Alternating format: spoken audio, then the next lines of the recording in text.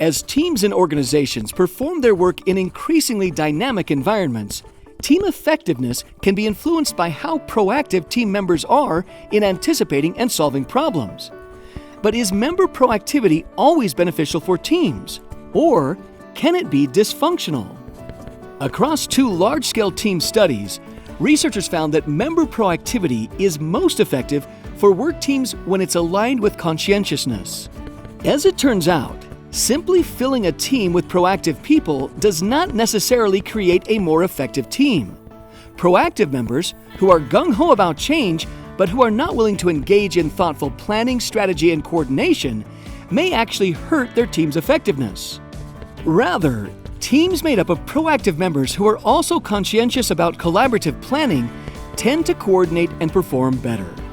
As such, managers who take care to make sure the conscientious members of their work teams are proactive, or that their less organized members do not dominate the adaptation process, will likely see increases in the coordination of those teams, making their organizations more effective.